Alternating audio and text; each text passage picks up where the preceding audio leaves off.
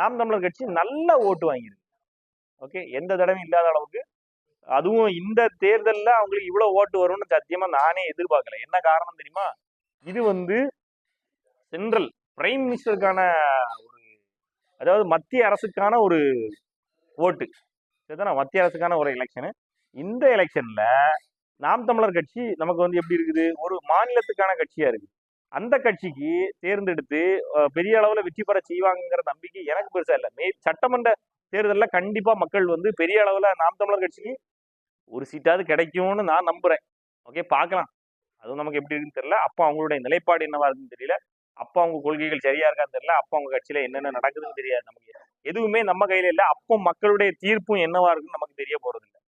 அதனால இப்போதைக்கு அவங்க நல்ல ஓட்டு எடுத்திருக்காங்க. எல்லா தொகுதியிலுமே லேக்ஸ் கணக்குல ஓட்டு எடுத்திருக்கிறது வாழ்த்தப்பட வேண்டிய ஒரு விஷயம் தான் உண்மையிலே. அப்போ யங் ஜெனரேஷன்